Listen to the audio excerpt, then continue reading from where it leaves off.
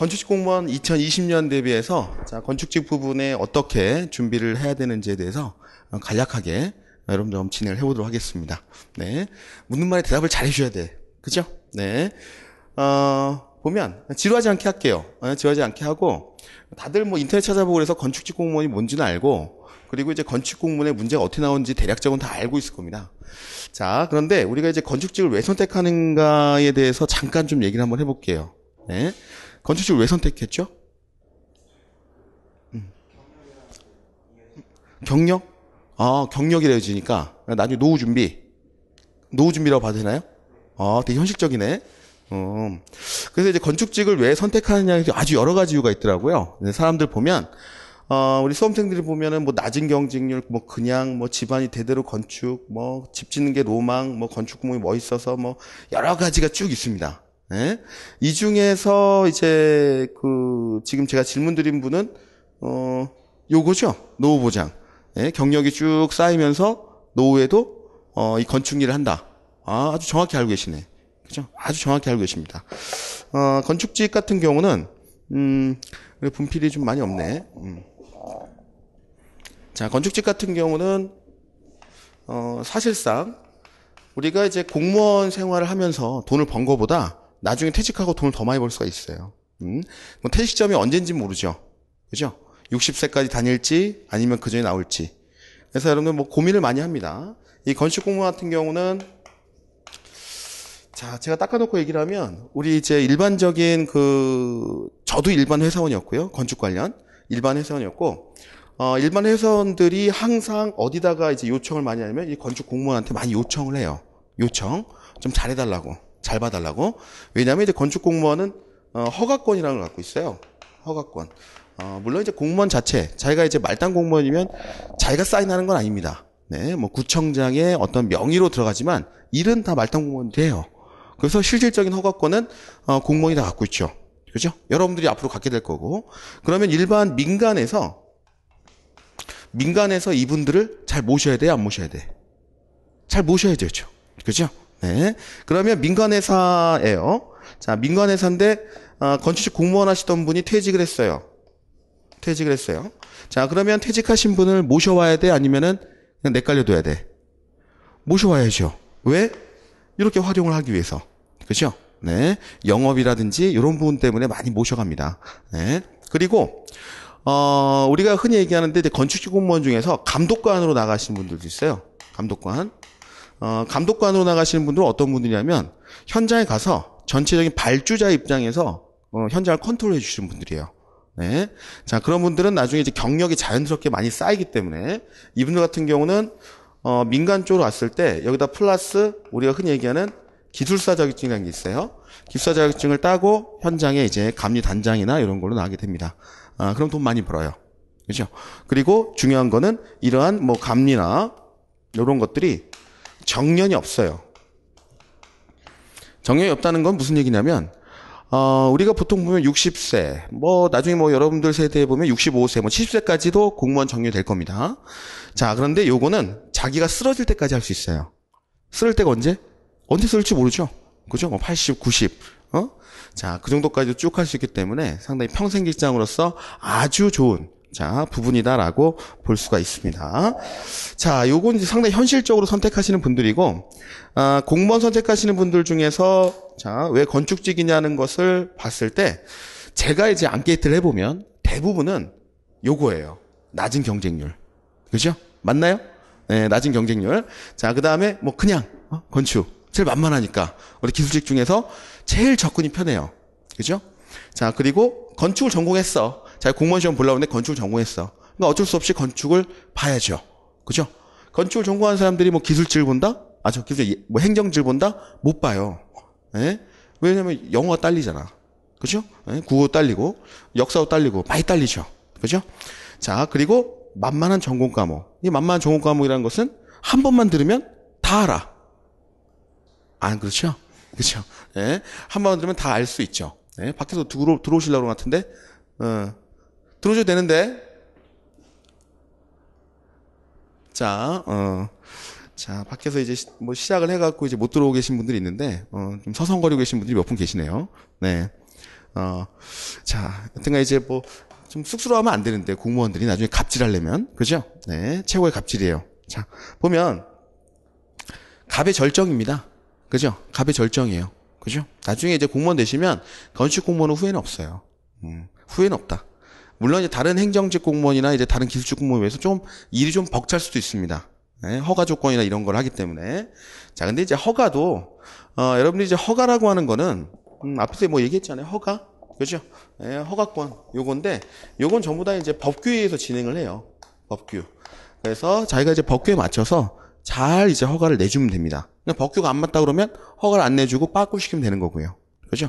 자, 그런데 이제 문제는 뭐냐면, 자기는 이제 법규가 안 맞는데, 영업이 잘 들어왔어, 민간에서. 그럼 고민이 생기는 거죠. 그죠? 네, 그런 게 좀 고민이에요. 법규가 안 맞는데, 이 사람이랑 나는 친해. 그럼 어떻게 돼? 어떻게 돼요? 매끄럽게 해야 돼. 그죠? 유연하게. 네, 그래서 안 되네요, 공무원이. 네. 자, 여튼 그렇습니다. 자, 여튼 그렇고요. 그래서 이제 보통은 낮은 경쟁률이나 이제 건축 전공이거나 이제 만만한 전공 과목, 뭐 그냥 많이 선택들 하십니다. 자, 이건 여기까지 됐고요. 자, 그럼 누가 합격을 하느냐? 누가? 이게 참 재밌는 수업이에요. 수업을 재밌게 합니다. 왜냐면 저는 재미가 없으면 제가 싫어요. 힘들기 때문에 재밌게 이제 진행하려고 노력을 하는데. 자, 그럼 누가 합격을 하냐 이거예요. 누가 합격을 하냐? 누가 합격을 하냐? 자, 누가 합격할 거예요? 공무원 시험. 건축직 공무원 누가 합격할 것 같습니까? 잘하는 사람. 네, 보편적인 그 대답을, 하셨는데. 맞아요. 잘하는 사람이 합니다. 자, 그래서 아주 여러 가지가 있죠. 자, 머리가 좋은 사람, 운이 좋은 사람, 건축을 전공한 사람, 원래 천재, 뭐 공부한 사람, 오래 공부한 사람, 뭐 이런 식으로 쭉 많이 있어요. 그죠? 자, 이 중에서 제일, 합격률이 높은 사람이 누굴까요? 이 중에? 네, 그죠? 운 좋은 사람이 제일 합격률이 높고, 자, 그 다음에 이제 보면, 이런 식으로 순서가 잡힙니다. 운이 좋은 사람, 영어를 잘하는 사람. 그죠? 자, 그 다음에 끝까지 포기하지 않는 사람. 붙을 때까지 보는 거죠. 그죠? 붙을 때 보니까 결국 합격을 하게 된다. 라는 겁니다. 자, 그래서 보통은 제가 이 중에 운이 좋은 사람은 뭐 운 타고나는 거고, 끝까지 포기하지 않는 사람은 집에 돈이 많은 거고요. 그죠? 자, 그리고 결국은 요거야. 영어를 잘하는 사람. 자, 요건 제가 이제 건축을 비하하는 건 아니고요. 저도 이제 건축 전공한 사람으로서, 건축직 공무원의 당락을 건축 과목에서 이루어지지가 않습니다. 어디서 지나면, 자, 어디? 영어, 국어, 한국사 쪽에서 이루어져요. 특히, 어디? 영어입니다. 영어. 네, 그래서 뭐, 건축직 공무원 설명에 나가고 뭐 이상한 얘기하고 있다. 그런데 현실을 제가 얘기해 드리는 거예요. 그렇죠? 왜냐하면 우리가 옛날에 학교 다닐 때, 고등학교 때 보면, 국영수라고 하잖아요. 국영수. 그죠?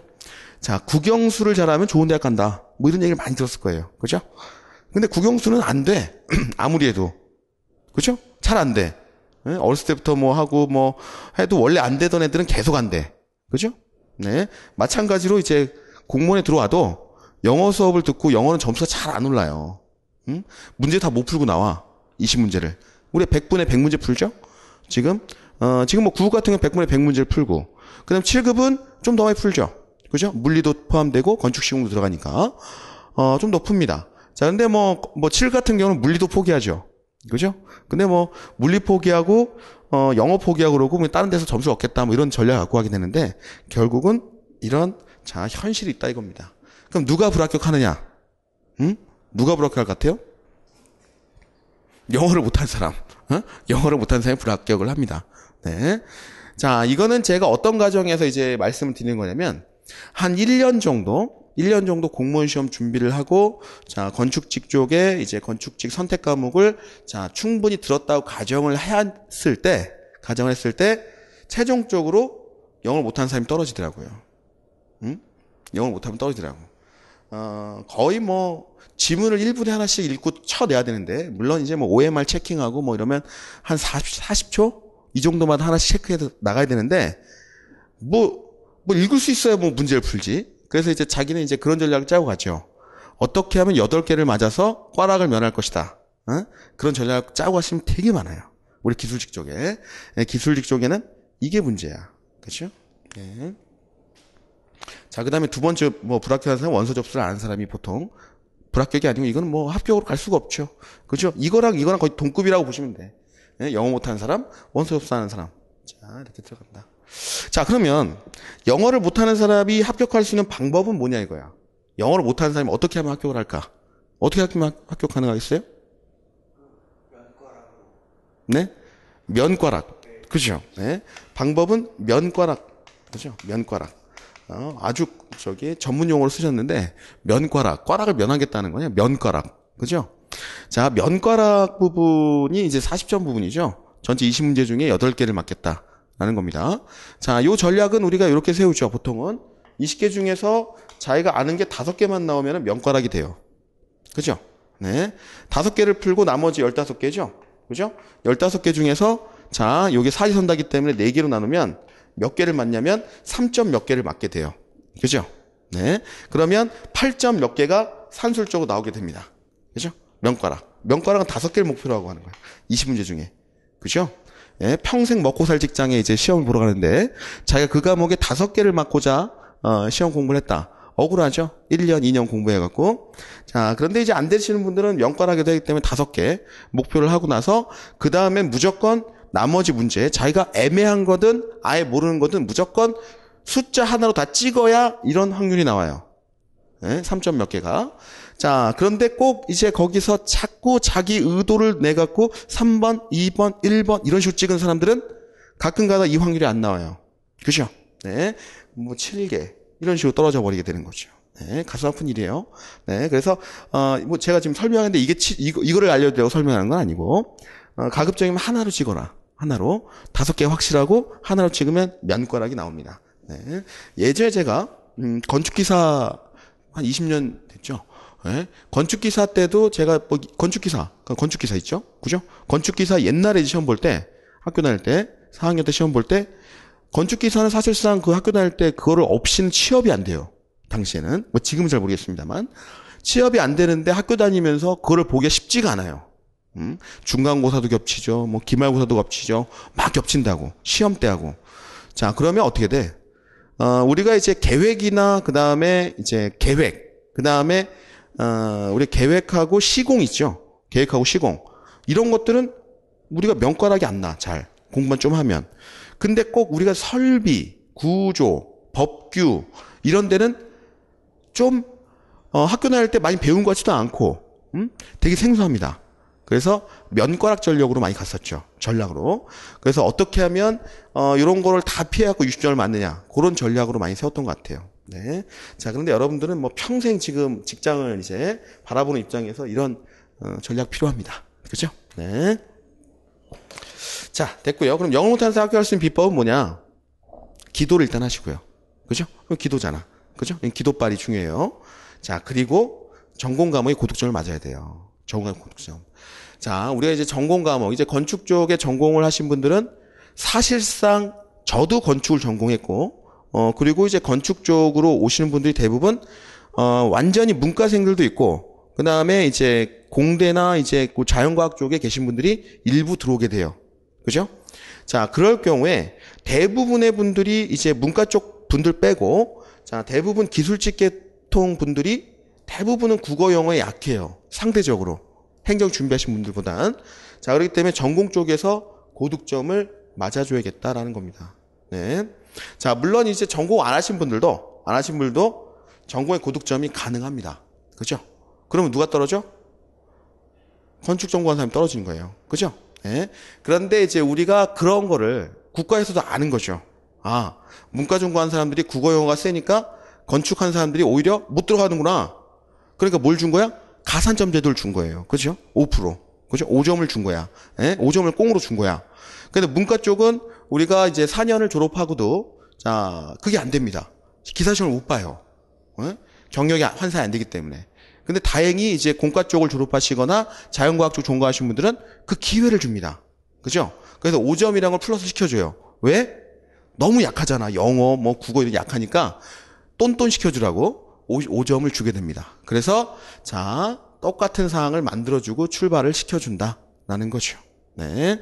자, 그러면 우리가 전공 과목의 고득점은 어떤 식으로 들어가야 되느냐라는 겁니다. 자, 그러면 어떻게 나오는지를 파악을 해야, 그리고 어떤 방향으로 들어가야 자, 되는지를 여러분들이 알고 계셔야겠죠. 네. 자, 물론 전공 과목의 구성은, 자, 7급 분들은 일단 건축시공이라는 게 들어가 있는데, 자, 그거는, 요번 오리엔테이션은 좀 그거는 뺄게요. 나중에 별도로 저한테 문의하시면 되고요. 자, 건축 계획과 건축 구조. 네, 9급 기준으로 크게 두 가지 과목으로 나눠지고요. 자, 이 건축 계획과 건축 구조는 어떤 식으로 다시 나눠지냐면, 자, 계획, 그 다음에 건축사, 그리고 환경, 설비, 법규. 자, 그 다음에 구조는 일반 구조, 콘크리트, 철골, 그 다음에 역학. 이렇게 네 가지 분야로 크게 나눠집니다. 네. 자, 건축 계획 분야 같은 경우는, 우리가, 자, 계획이라고 하는 거는 용도별이나, 그죠? 우리가 뭐 도서관을 짓는다, 아니면 학교를 짓는다, 아니면 뭐 여러 가지 뭐 호텔 짓는다, 이런 거에 대해서 용도별로 어떻게 계획을 세우겠느냐, 네? 라는 내용이고요. 자, 그리고 뭐 일반적 계획들도 있죠. 그죠? 자, 그 다음에 건축사 부분은, 자, 그 당시에 이 사람이 어떤 건물을 졌느냐, 그죠? 그 당시에 어떠한 운동을 펼쳤느냐, 그죠? 건축사조가 어떻게 되느냐, 그다음에 그리스 때는 어떤 모양의 건축물이 있었느냐, 예? 로마 시대에 어떤 건축물이 있었느냐, 이런 것들을 갖고 논하는 것들이고요. 자, 환경은 우리가 건축물을 졌는데 우리가 공기라든지 공기질이라든지 그다음에 빛 환경이라든지 그다음에 열 환경이라든지 그다음에 음 환경이라든지 이런 것들에 대한 컨트롤을 하는 거죠. 자, 그리고 설비는 자, 우리가 위생, 자, 그리고 공조, 그죠? 공기의 어떤 순환을 위한 자, 환기라든지 그다음에 냉온풍 이런 것들을 어떻게 두느냐, 그다음에 오물 정화까지, 그리고 소방까지도 문제가 나와요. 그죠? 소방까지. 자, 그리고 법규는 자, 건축법이 나오죠. 그죠? 건축법이 나오고 그다음에 주차장법이 나오고 도시계획 쪽에 자, 도시 이용 계획, 도시계획 및 이용에 관한 법률 이런 것까지 범위가 아주 넓습니다. 계획 분야는. 그래서 자, 아까도 뭐 저기 뭐 잠깐 얘기를 했는데 기사 시험 때 건축 계획하고 요건 좀 다르다. 라는 게 기사 시험보다 범위가 너무 넓어서 그래요. 그렇죠? 기사 시험의 건축 계획은 뭐만 보냐면 이렇게 두 개가 건축 계획이에요. 기사 시험에선. 그죠? 그리고 요게 다른 과목이죠. 환경 설비가 아마 건축 설비로 뭉쳐져 있을 거예요. 그리고 건축 법규가 따로 한 과목이 또 나오고요. 그죠? 세 과목이 믹싱되고 거기다 플러스 그다음에 관계적인 법률, 소방 이런 것들까지 다 추가가 되고 친환경, 그다음에 우리가 재생, 신재생까지 전부 다 추가가 된 형태로 보여지게 됩니다. 그래서 우리가 건축 계획이 상대적으로 구조보다는 좀 쉬운데 그럼에도 불구하고 만만히 보면 또 안 된다라는 거죠. 네. 그래서 공부를 한 사람과 공부를 안 한 사람의 차이가 극명한 곳이 여기예요. 건축 계획이. 공부를 안 했었죠, 많이? 그죠? 네. 자, 그 다음에 이제 건축 구조 부분을 보면, 일반 구조, 콘크리트, 철골, 역학. 자, 이런 것들이 있는데요.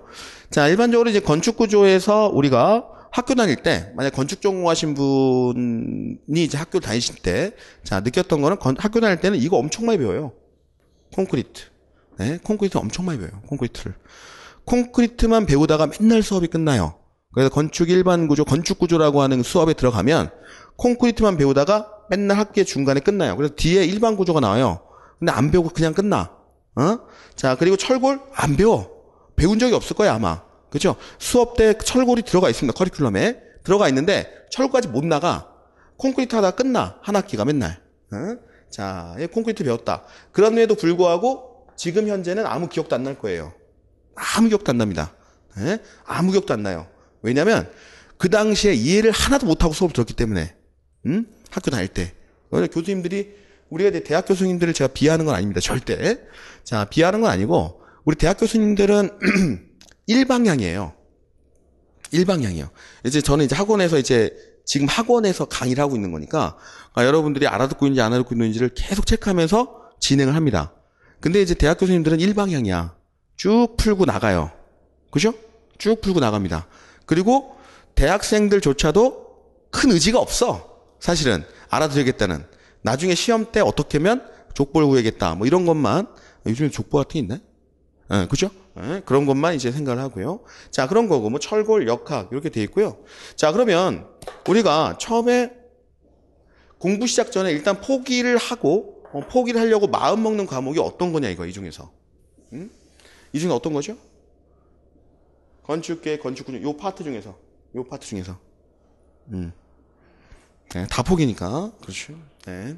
자, 보면, 일단 요렇게를 처음에 포기하고 들어가려고 해요. 마음상. 법규하고, 그 다음에 역학. 그죠? 두 가지를 포기하겠다라고 마음 먹고, 다른 데서 어떻게 한번 해보겠다. 이런 식으로 해서 이제 진행을 많이들 하십니다. 그죠? 네. 자, 그래서 역학 부분, 좋습니다. 역학 부분. 아주 어려운 부분이에요. 실제로도 어렵고요. 자, 그리고 법규? 참 어렵죠. 그죠? 법이라고 하는 거를 우리가 살면서 지키려고는 하죠. 근데 그 지키려고 하는 법이 어디 나와 있는지, 어디 들어가 있는지 한 번도 확인해 본 적도 없는데, 법규를 시험 문제 봅니다. 근데 여러분들이 나중에 이제 공무원이 되시면, 요게 제일 중요해. 요게 제일 중요하다고. 계획이야 해오는 거예요. 그죠? 그 다음 환경, 설비 다 해오는 거야. 업체에서. 근데 요거가 검토를 해주는 거지. 우리가. 자, 그리고 건축사? 옛날에 그 사람이 무슨 건축물을 만들었는지 아무런 쓸데가 없습니다. 그죠? 자, 그 다음에 이제 건축구조 같은 경우는 역학. 그냥 무조건 어려운 부분이고요. 제가 솔직히 닦아놓고 말씀드리면, 공무원 생활 시작하면, 이거 부분에 대해서는 절대 한 번도 볼 일이 없을 거예요. 건축구조는. 응? 공무원 생활 시작부터 정년 퇴임할 때까지 건축구조책을 볼 일은 없다고. 네? 그만큼 쓸 일은 없는 내용이에요. 그죠? 네. 자유 관심 있으면 하는 거고. 그죠? 네. 그런데 절대 이제 업무에선 전혀 관계없는 내용이다. 라는 겁니다. 그래서 여러분들이 보면 처음에 시작할 때 법규하고 역학을 포기하고 들어가는 경우가 많이 있다라는 겁니다. 자, 그 다음에 이제 공부 시작하고, 이제 공부 좀 시작했어요. 공부 시작한 다음에 포기하고자 하는 거. 공부 시작한 다음에 포기하는 게 있어, 이제. 네? 공부 시작한 다음에 어떤 걸 포기하냐면, 이렇게 포기를 해요. 자, 건축계획의 법규. 그냥 포기 상태야. 처음부터 끝까지. 그리고 건축구조는 다 포기해. 다 포기한다고. 그죠? 이거는, 내 적성에 안 맞는다. 그래서 이제 꽈락을 면하겠다. 이런 쪽으로 많이들 갑니다. 물론, 자기가 관심 있는 사람들은 쭉 따라오긴 해요. 근데, 상당히 어렵게 느끼는 과목 중에 하나다라는 겁니다. 건축구조라는 것이. 자, 그러면, 건축구조는 왜 어려운가 이거예요. 왜 어려운가. 그죠? 건축구조는 왜 어렵냐. 자, 건축구조가 어려운 이유를 제가 곰곰이 살펴보니까, 이래요. 이해가 안 가서? 이해는 당연히 안 가죠. 그죠? 이해는 당연히 안 가. 이해가 안 가서 어렵다. 자, 이거는 이해가 안 가서 어렵다라고 하는 것은 점수까지 연결되는 내용은 아니야. 왜 건축구조냐면 암기할 게 많아서 그래요. 건축구조는 암기할 게 엄청나게 많습니다. 공무원 건축구조는. 자, 그래서 공무원 시험에서 건축구조는 암기 과목이에요. 암기 과목이라고. 자, 우리가 이제 건축구조, 왠지 건축구조라고 하면은 이해를 많이 해서 문제를 접근해야 될 것처럼 느껴지죠? 그죠? 과목의 이름이. 그죠? 그런데 닦아놓고 우리가 시험장에서 시험지를 받아보면 이해해서 푸는 게 아니고 전부 다 암기해서 푸는 것만 문제가 나와요. 실제로 보면 자, 국가직 9급 2008년에 나왔던 문제예요. 네? 지름 30cm인 자, 기성 콘크리트 말뚝으로 기초를 형성할 때 말뚝과 말뚝의 중심 간격으로 알맞은 것. 이게 이해 문제야? 암기 문제야? 암기 문제죠. 75cm 이상. 암기 문제야. 암기하고 하는 거야. 그죠? 자기가 말뚝과 말뚝의 중심 간격에 대한 어떤 포지션은 살짝 이해를 해놓고, 자, 거기에 나온 역학적인 여러 가지 우리가 수행되는 관점이 있어요. 역학적으로 말뚝 중심 간의 거리가 이럴 때 역학적으로 이렇고 역학적으로 이렇고 이런 게 하나도 안 중요한 시험이 이거는. 중심 간의 간격이 어떻게 되느냐는 걸 물어보는 거예요, 그냥. 그렇죠? 암기. 그래서 우리가 보통 보면 자, 우리가 건축구조 선생님, 교수님, 대학 교수님들 갖다 놓고 이거 문제 풀려면 못 풀어요. 틀려. 왜냐하면 건축구조를 그분들은 진짜 공부를 하신 거죠. 공부를 하시니까 이런 숫자에는 큰 관심이 없어. 이건 암기다. 라는 거고요. 그래서 왜 자기는 건축구조는 맨날 이해가 잘 되고, 자, 공부도 많이 했는데 왜 안 나오냐? 시험, 점수가. 최종적으로 그 포인트 암기를 안 해서 그래요. 숫자. 네? 자, 한번 볼게요. 자, 지진력 저항 시스템을 성능 설계법으로 설계하고자 할 때 내진 등급별 최소성능 목표를 만족해야 된답니다. 네, 지금 수업하는 건 아닙니다. 머리 벌써 아프면 안 돼. 자, 내진 등급 1의 자, 최소 성능 목표에 대한 설명으로 가장 옳은 것은 자, 성능 목표 1에 지금 보기를 보면, 자, 1번은 뭐 당연히 이해가 되고, 2번은 뭐 건축 구조 기준의 설계 스펙트럼 가속도의 1.2배 대한 인명안전의 성능 수준. 그 다음에 요거 3번은 건축 구조 기준의 설계 스펙트럼 가속도의 1.2배 대 붕괴 방지 성능 수준. 그 다음에 요거는 1.5배 인명안전의 성능 수준. 자, 이거는 뭐야? 암기한 거잖아요. 그죠? 예? 1.2배인지 1.5배인지, 그 다음 인명인지 안전인지, 그죠? 암기해서 풀어주는 문제잖아요. 이거에 대해서 여러분들이 1.2배 가속도가 나온 근거를 알고 푸는 거야? 뭐로 푸는 거야? 그 속뜻을 알 수도 없고, 그죠? 안들 여러분들이 나중에 그걸 어떻게 하다 설계 스펙트럼 가속도의 원리를 다 파악을 해서 1.2배가 어떤 건지를 다 파악을 했어. 근데 1.2를 안 외웠어. 그러면 시험 문제 틀리는 거야. 자, 이렇게 됐습니다. 자, 또 있네. 자, 구조물의 지진하중 산정에 사용되는 분류에 대한 설명을 옳은 것은 뭐냐? 자, 지방제 9급에 2017년에 나왔던 문제고, 지진구역은 3가지로 분류한다. 지반은 4가지로 분류한다. 구조물 내진은 4가지로 분류한다. 구조물의 내진 설계 범주는 4가지로 분류한다. 이게 뭐 이해야? 암기야? 그냥 암기잖아요, 이거는. 그죠? 네. 자, 이래서 점수가 안 나오는 거예요, 구조가. 자, 구조라고 하는 거는 원래 이제 우리가 구조라고 하는 건 상당히 이해를 동원해서 구조를 풀어내야 되는 과목 중에 하나예요. 원래대로 하면. 실무에서는. 실무에서 구조란 그런데 건축 공모에서 구조란 뭐다? 암기를 해서 최종적으로 점수를 내야 되는 부분입니다. 아무리 이해를 많이 해도 이 암기가 안 돼 있으면 이거 정말 자질구레한 내용이잖아요. 구역이 몇 가지로 나눠지냐, 종류가 몇 가지냐, 등급이 몇 가지냐, 이런 내용들. 그죠? 결국은 최종적으로 포인트 암기가 필요하다 이겁니다.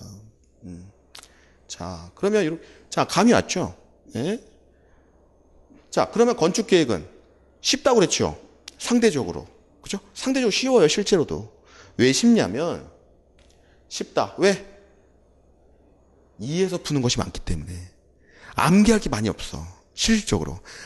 암기할 것은 어디와 어디만 있냐면 건축사하고, 즉 건축 역사 부분하고 그 다음에 법규 부분만 암기가 필요한 거예요. 네. 자, 그래서 대부분 이해해서 푸는 것이다. 그래서 공무원 시험에서 건축 계획은 이해 과목입니다. 그리고 그 이해가 더 빨리 되죠. 왜? 건축물이 내 주변에 있기 때문에. 그리고 내가 사용하고 있는 용도의 건축물이 시험 문제 나오기 때문에. 자, 도서관? 물론 도서관 여러분들 이용 안 할 수도 있어요. 그죠? 네. 근데 여러분들 주거 생활, 아파트는 다 알고 있죠. 그죠? 그 다음에 사무실도 한 번씩은 다 가봤을 거예요. 그죠? 그런데 시험이 문제 나오기 때문에, 자, 이해 과목. 그래서 쉽다 이겁니다. 그래서 쉬운 거예요. 네. 암기를 하더라도 자연스럽게 이해하면서 암기가 돼요. 근데 앞에 나왔던 건축 구조는 이해와 암기가 완전 별도로 가는 엄청나게 어려운, 그죠? 엄청나게 완전히 암기만 해야 되는 이런 내용들이에요. 그죠? 구조물의 내진 설계 범주, 내진 등급 평생을 가도 여러분들이 내 주변 생활에서 한번 일어날까 말까 한 일이죠. 지진이라고 하는 게. 일어나면 안 되고요. 그죠? 자, 주변에 일어나지 않는 것들에 대해서 공부를 하는 거예요. 그죠? 그리고 건축 구조는 뭐예요? 무너지는 것. 그 다음에 건축물의 슬라브가 처지는 것. 이런 게 일어나 잘 안 일어나는 일들이라고. 잘 안 일어나는 일들에 대해서 우리가 머리를 써서 풀어주는 내용이에요. 그러다 보니까 자, 암기도 잘 안 되고 이해도 잘 안 될 뿐더러 자, 최종적으로 시험 문제 나왔을 때 자, 우리가 머릿속에 어떤 거를 잘 못 풀어낸다라는 겁니다. 자, 그러면요. 보겠습니다. 자, 우리가 자, 건축 계획이 얼만큼 이해 과목인지를 제가 표본으로 나타내는 문제를 하나 갖고 왔어요. 네. 자, 주차장법 시행규칙에 따른 주차장 계획 시 적용사항으로 가장 옳지 않은 것은 뭐냐라고 물어봤고요. 자, 서울시 9급의 2019년도 1회에 출제가 됐었던 문제입니다. 네. 자, 그래서 자, 보면 부설 주차장의 총 주차대 수가 6대인 자주 주차장에서 뭐 주차장 입구역과 접하지 않은 차를 너비 2.5m 한다. 자, 이런 건 일단 법규 사항이죠. 그죠? 자, 됐고 3번 한번 볼게요. 자, 여기 답이었는데 사람이 통행하는 중형 기계식 주차장의 출입구를 너비 2.3m, 높이 1.6m로 계획한다. 이게 답이었어요. 틀린 말로. 근데 이거는 공부하고 보는 것도 아니야. 여러분들이 한번 앉아서 일어나서 한번 보면 돼. 왜 일어나서 보면 돼? 높이가 1.6m래요. 사람의 출입구인데, 사람이 통행하는데. 그죠? 물론 1.6m로 가능할 수도 있어요. 사람에 따라서. 근데 일반 보통적으로 남자들은 1.6m 넘어가는 경우가 대부분이에요. 그죠? 그러면 주차장에서 가뜩이나 자, 어둡고 힘든데 어떻게 다녀야 돼? 이러고 다녀야 돼. 그죠? 네. 그러니까 이건 뭐 공부하고 푸는 거야? 아니면 여러분들 생활 속 이해하고 푸는 거야? 상식적인 부분인 거지. 상식적인 부분. 그죠? 이런 문제들이 건축계획에 많이 나온다 이거예요. 그죠? 네. 그래서 쉽다. 네. 근데 또 상식이 없으면 안 돼. 너무 어렵게 공부하면은 1.6m 이거에 함정이 있다. 네? 라고 생각해서 풀면 또 틀리는 거야. 네? 그러니까 상식적에서. 자, 그럼 이거 볼게요. 호텔 분류 중, 호텔 건축 분류 중 시티 호텔에 대한 설명으로 옳지 않은 것은 뭐냐? 지방직 9급이 2017년에 출제가 됐었어요. 자, 뭐 커머시 호텔은 어쩌고저쩌고 하고 3번이 답이었는데, 자, 한번 볼게요. 아파트먼트 호텔. 자, 아파트먼트 호텔은 저한테 공부를 안 배웠어도 아파트먼트라고 하는 거는 왠지 사람이 오랫동안 장기 체류할 수 있는 호텔 같은 느낌이 들잖아요. 그죠? 아파트래. 그죠? 아파트먼트 호텔은 손님이 장기간 체제하는데 적합한 호텔로서 써있네. 각실의 주방과 셀프 서비스를 갖추고 있어. 자, 호텔 전체는 식당과 주방 설비가 필요 없다. 이게 틀렸어요. 아파트먼트 호텔도 다 있어야 되는 거야. 밑에 주방이. 왜? 자, 저는 이제 제가 남자 같죠? 남자예요. 전 남자입니다. 일반적으로. 남자인데 저는 죽었다 깨어나도 혼자 집에서 밥 안 해 먹어요. 응? 어디 살고 있으면. 물론 조금 라면 같은 거 끓여 먹겠지. 그럼 어디서 먹어야 돼? 밑에 내려와서 공동 주방에서 먹어야 될 거 아니야. 그죠? 자, 아파트먼트 호텔하고 똑같 비슷한 게 대표적인 게 뭐냐면, 우리가 뭐죠? 기숙사 형태가 있어요. 기숙사 형태. 기숙사는 이제 안에 주방은 없죠. 그죠? 주방은 없는데, 자, 그런 형태처럼 이제 아파트먼트는 체류를 하는 곳이에요. 장기 체류. 그럼 자기 집에서 맨날 먹는 게 귀찮으면 밑에서 꼭 먹어야 될 거 아니야. 그죠? 자, 그럼 이건 뭐 암기 과목이야? 이해 과목이야? 이건. 이해잖아요. 100%. 100% 이해를 해서 풀어주는 문제다라는 겁니다. 네. 그래서 쉽다 이거야. 그래서 쉽다. 왜 쉬운지를 제가 보여주는 거예요. 자, 그러면 어떻게 공부하면 좋겠느냐 이겁니다. 어떻게 공부하면. 어떻게 공부하면 좋겠느냐. 자, 건축 구조를 한번 볼게요. 건축 구조. 자, 건축 구조 어떻게 공부해야겠어? 좀 전에 제가 잘 설명을 했잖아요. 자, 계략적인 이해. 자, 보세요. 자, 이해라는 것을 하는데 제가 이런 얘기를 했어요. 계략적인 이해. 계략적인 이해. 심도 깊게 들어갈 필요도 없고 심도 깊게 들어가면 머리만 아프고 포기만 해. 그죠? 계략적인 이해와 조문의 숫자하고 그 다음에 대소. 자, 어떤 것보다 낮아야 된다. 어떤 것보다 높아야 된다. 이런 것도 있어요. 그 숫자와 대소를 위주로 암기를 해줘야 되는 거예요. 계략적인 이해와. 아예 그게 뭔지 모르면 안 되는 거고, 계략적으로 그게 뭔지는 알겠는데, 그죠? 내진 등급이 내가 내진 등급이라면, 아, 등급별로 내진에 대해서 어떤 것을 매겨놓은 거, 이런 거는 내가 알고 있는 상태에서, 자, 그것에 대해서 숫자와 대소 암기를 통해서 들어가야 돼요. 그걸 자꾸 너무 깊게 이해하려고 그러면 안 됩니다. 그 시간에 그냥 암기장 만들어서 갖고 다녀야 돼. 응? 암기장 만들어서. 자, 그럼 고득점 포인트는 숫자 및 대소한 게 돼 있어야 되고, 자, 요겁니다. 구조역학에서 공식을 암기해요. 공식 많지 않아, 구조역학. 공식 암기하고, 그 다음에 아이디어를 내갖고 풀어주는 거예요. 왜냐면, 구조역학이라고 하는 거는 우리가 일반적으로 1분에 한 문제가 지금 배정돼 있죠. 1분에 한 문제. 그러면 뭐 OMR 카드 작성하고 한 40초. 그 다음 영어에서 막 버벅거리고 그러면 한 30초만 남을 거야. 건축 구조까지 오면. 네. 자, 그러면 이거를 막 30초에 40초 만에 푼다 그러면 절대적으로 옛날에 뭐 보면 기사시험 보신 분들 알 거예요. 기사시험처럼 복잡한 계산기 쓰는 문제 절대 안 나와. 계산기도 없고, 여러분들이. 네. 자, 그렇기 때문에 순간적으로 아이디어를 내서 탁탁 한 2번 정도, 자, 산식을 돌려서 풀 수 있는 문제만 나와요. 네. 그러면 공식하고 순간적인 아이디어를 도출을 해내는, 자, 연습을 해내야 된다 이겁니다. 그죠? 예. 자기가 이제 그 구조역학에서 이제 뭐 보통 이제 시중에 나와 있는 문제를 풀었는데 자기가 뭐 하나 푸는데 2분, 3분 걸렸다. 그런 식으로 연습을 했다. 그럼 말짱 꽝이야. 말짱 꽝이라고. 그런 문제 풀면 안 돼. 그렇게 공부를 하면 안 된다고. 그러면 시험장 가서 그렇게 2분, 3분이 주어지가 않는데 어떻게 합니까? 자, 그래서 주의점 뭐야? 공부의 깊이가 너무 깊어지면 안 된다. 제가 닦아놓고 얘기를 하는 거예요. 예? 원래 강사 이런 얘기하면 안 되는데 공부의 깊이가 깊어지면 구조는 점수가 멀어져요. 포기하게 되고. 그래서 구조 깊이는, 공부의 깊이는, 너무 깊어지면 안 된다. 계략적인 이해로 들어가야 된다. 라는 거고요.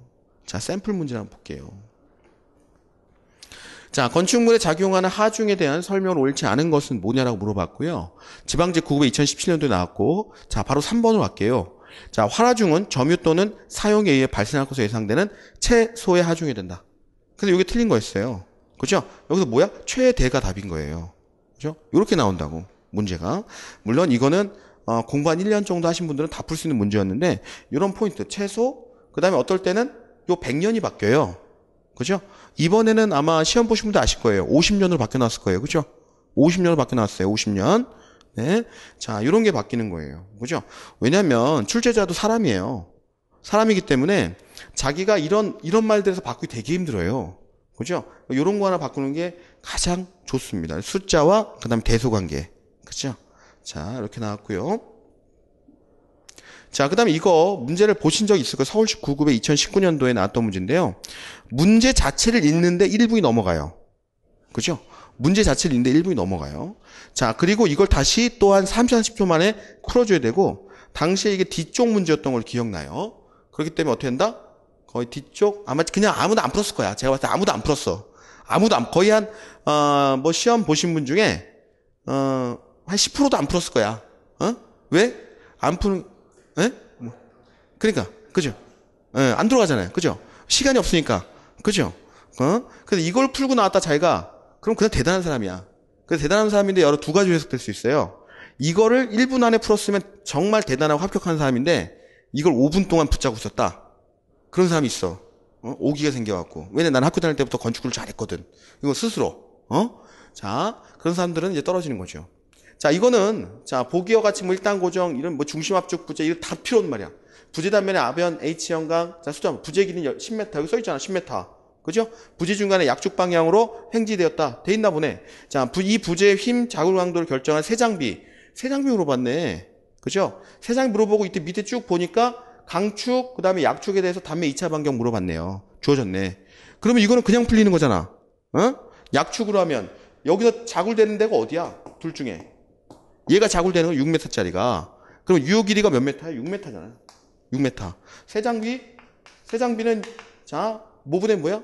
자, 2차 방정분의 길이잖아요. 그죠? 유효 길이잖아. 6m 들어갔네. 그런데 여기 딱 우리가 2차 방정 강축, 약축. 어디 약축에서 발생할 거 아니야? 그죠? 약축 50mm. 끝. 그죠? 그 다음에 이건 밀이고. 자, 요거는 밀이로 가니까 이거 얼마? 6,000. 밀이잖아. 약분해버리면 얼마? 120 나오잖아. 그러니까 순간적 이런 아이디어가 탁 떠올라야 되는 거야. 구조역학이 나오는 거는. 그래서 요런 거를 연습을 잘해야 돼요. 그래서 자기가 1분 안에 또는 40초 안에 자기가 문제를 보고 순간적으로 이렇게 한마디로 딱 정리할 수 있는 능력. 요게 되면 고득점이 나오는 거예요. 구조역학에서. 우리 뭐 지방대에서 구조역학 많이 나오지는 않지만 또는 자, 서울시 많이 나오죠. 그죠? 서울시 어렵게 내려니까 서울시가 어려워. 서울시 어렵다고. 지방직보다 문제가. 자, 그런데 뭐 통합된다는 얘기 있죠. 통합된다는 얘기가 있어요. 뭐 올해도 신청했는데 2019년도에도 추진하다가 뭐 말고 했는데 내년에는 또 된다는 얘기가 있어요. 아마 될 거다라는 게 이제 뭐 전체적인 관점이고 그리고 뭐 다행인 것은 뭐 우리가 뭐죠? 저기 그쪽 교육청 쪽하고 문제는 이번에 합쳐졌고요. 네. 자, 그러다 보니까 지방직하고 서울시를 이제 합치게 되면 기존의 서울시 그레이드하고 지방직 그레이드 중간 그레이드 나올 거라고. 그러면 지방직이 조금 더 어려워지고 서울시가 약간 쉬워질 거예요. 느낌상. 기존에. 어차피 똑같이 가는 거고. 자, 그래서 중요한 건 제가 말씀드린 거는 자, 이 문제에 대해서 풀어주는 게 지금 저는 이제 뭐 오늘 제가 수업하려고 하는 건 아니고 어떻게 이 방식이라는 거예요. 순간적으로 아이디어를 내서 풀어주는 능력을 키워야 되는 거예요. 구조역학은. 붙들고 있으면 큰일 납니다. 그죠? 어차피 뭐 풀지도 않고 넘어가는 사람이 많겠지만, 그죠? 만약 자기가 고득점으로 하고 싶다. 즉, 우리가 구조역학 빼버리면은 구조역학이 한 3에서 4문제 나온다고 봐요. 많이 나오면. 한 3에서 4문제 나온다고 본다. 그러면 나머지 자기가 다 맞췄어. 그럼 80점이잖아. 다 맞히면 80점. 그럼 조금 더 하면은 여기서 이런 전략을 짜겠지. 3, 4개 중에 4개 찍으면 하나 맞을 거다. 그럼 자기는 85다. 이 전략을 짜고 가겠지. 근데 자기가 잘하면은 90점까지 올라갈 수 있다는 거잖아. 90점까지. 그럼 90점까지 올라가면 자기가 뭐 영어에서 45점 맞아도 두 개의 평균만 봐도 얼마야? 90하고 45는 중간이 얼마입니까? 제가 산수를 못하는데 한 5점 되나? 65점 넘잖아요. 그죠? 67점 되잖아. 그럼 지방직 합격선이야. 하객선이라고. 그러니까 자, 이런 것들 연습을 꾸준히 하셔야 돼요. 응? 자, 포기하지 말자. 구조역학을. 자꾸 구조역학을 포기하려고 그러는데 좀 해본 다음에 포기하자. 간단간단해. 진짜 제가 이제 유튜브에도 제 해설 강의를 올려놓곤 했지만 아주 간단간단하게 다 푸는 내용들이에요, 다. 자, 그 다음에 이제 건축계획입니다. 자, 건축계획 같은 경우는 자, 쉽다고 그랬죠. 자, 나의 주변 건축물을 생각하면 2회 위주로 학습을 해야 된다. 그러니까 동떨어지게 하면 안 돼. 동떨어지게 하면 안 되고 내가 그 건물을 많이 가봤을 거 아니에요. 영화관도 가보고 미술관도 가보고. 물론 미술관은 많이 안 가봤겠죠. 관심이 없으니까. 근데 이제 영화관은 많이 가봤을 거 아니야. 그렇게 가봤으면 수업을 할 때 자기가 갔던 영화관을 상상하면서 수업을 들어야 돼. 공부할 때도 그렇고. 왜냐하면 그 지금 현재 지어져 있는 영화관이나 자 우리 오피스나 이런 것들은 전부 다 법규에 맞게 주어졌기 때문에 여기 나와 있는 건축계획 내용이 다 반영이 돼 있는 거거든요. 자, 그리고 고득점 포인트는 어디냐면 이 두 가지예요. 고득점 포인트는 건축사하고 건축법규예요. 건축계획에서 그나마 우리가 암기라고 들어가야 되고 마지막에 정리를 해야 되는 거 어떤 거냐면 건축사하고 건축법규라고. 그래서 이 두 가지를 잡으면 점수가 90점, 95점까지 나와요. 건축계획 같은 경우는. 자, 핵심 암기를 해줘야 된다. 막판에. 자, 그러면 이거예요. 이건 뭐 건축법규 중에 제일 쉬운 문제 제가 하나 갖고 왔는데 건축법상 용어의 정의에 대한 설명을 옳지 않은 것은 9급이고 지방직 9급이 2015에 나왔고요. 자, 지하층이란 건축물의 바닥이 지표면 아래에 있는 층으로서 바닥에서 지표면까지 평균 높이가 해당 층 높이의 3분의 1 이상인 거. 자, 이걸 암기 뭐 당연히 암기가 돼 있겠죠. 그죠? 2분의 1 이상이잖아요. 그죠? 이런 식으로 암기가 돼 있어야 된다는 거예요. 건축법규는. 네, 핵심적인 숫자와 그다음에 핵심적인 내용들이 있습니다. 자, 그런 것들이 암기되면 건축법 그다음에 자, 앞에서 얘기했던 건축사 요 두 가지예요. 포인트는. 고득점 포인트는. 자, 그래서 건축사 쪽에서는 이런 식으로 문제가 나오죠. 다음 같은 특징을 가지는 근대 건축 및 예술의 사조는 자, 곡선화된 물결 모양, 뭐 비대기적 형태의 곡선과 같은 뭐 자연적 가치에 치중하였다. 또한 자연 형태를 디자인의 원천으로 삼아 철이라는 재료의 휘어지는 특성을 이용하여 자, 식물 문양, 자유곡선 등을 장식적으로 사용했다. 여기서 이 밑에 내용을 절대 따로 뭐 갖고 올 뭐 이의고 자시고 없잖아. 그죠? 어? 그냥 이게 자 아르누보라고 하는 거죠. 그냥 그렇죠. 암기가 돼 있어야 돼. 그래서 이 두 분야를 암기를 하신 분들이 고득점을 가는 거고, 자 나머지 분야들 있죠. 계획하고 설비, 환경, 그다음에 자 그런 부분들 계획, 설비, 환경 부분은 수업 시간에 이해를 하고 이런 거하고 다 문제풀이가 가능해요. 별도 암기할 게 거의 없다. 자, 그래서 두 개를 자, 잘 집중적으로 들어가신 분들이 결국은 승리한다. 자, 그 얘기는 무슨 얘기냐면 여러분들이 계획 부분에 공부를 하는데 그러면 건축 계획, 즉 우리가 용도별 계획, 그다음에 설비, 그다음 환경, 그리고 이제 건축사하고 저기 뭐죠? 건축법규가 있는데 어디에다가 시간을 많이 투자하는 얘기예요. 건축사하고 건축법규에 시간을 투자를 많이 하시라는 얘기야. 네? 설비나 환경, 그다음에 계획은 한번 이해를 하게 되면 문제가 나와도 오랜 시간이 지나도 문제를 풀 수가 있어요. 한번 이해를 하면. 왜냐면 이해 정도에서 문제가 끝나기 때문에. 암기형 문제 많이 안 나오기 때문에. 근데 건축법규나 건축사는 계속 지속적으로 반복 암기를 하고 있어야 문제 풀 수가 있는 거예요. 자, 이제 커리큘럼 쭉 말씀드리고 이제 마무리를 좀 하겠습니다.